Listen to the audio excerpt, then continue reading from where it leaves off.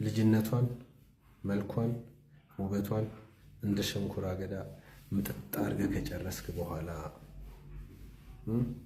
ሜካፕ ተቀብታ ውጪ ላይ ባየሃት ሴት ቀየርካት። የምር እሷ እኮ አንተ ካልገባህ እንቅልፍ አይወስዳትም።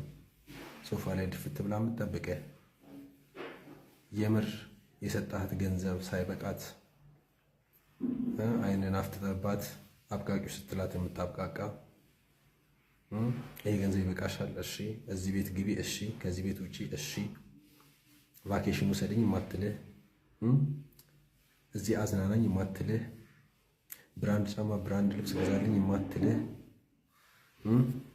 እቺ ሴት የእውነት ከልቧ ሴት እኮ ናት። አንተ እኮ ነህ ልጅነቷን ምጠጥ ያደረግከው እንደ ሸንኮራ። ስቲል ጀግና ናት። ስቲል በጣም ብዙ ሰው የሚፈልጋት ሴት ናት። የእውነት ምን ትጠቀማለህ? በቃ ካልፈለግካት አልፈልግሽም በላት። ለምን ህይወቷን ታበላሸዋለህ? ሌላ ሴት ከፈልክ በቃ ሂድ። በቃ በጊዜ ፍታት፣ በጊዜ ተለያት። እንዴ ለምን? ላንተ ብላ እኮ ነው። ሽቶ ስላልተነፋች፣ ጠረኗ አላማረህም፣ ብራንድ ጫማ ስላለበሰች ውበቷ አልታየህም፣ ሜካፕ ስላልተለቀለቀች ውበቷ አልታየህም፣ ጭስጭስ አለች አይደለ? ላንተ ብላ እኮ ነው። ላንተ ብላ እኮ ነው ከጓደኞቿ ጋር ማትስቀው። ላንተ ብላ እኮ ነው አንተን ይከፋሃል።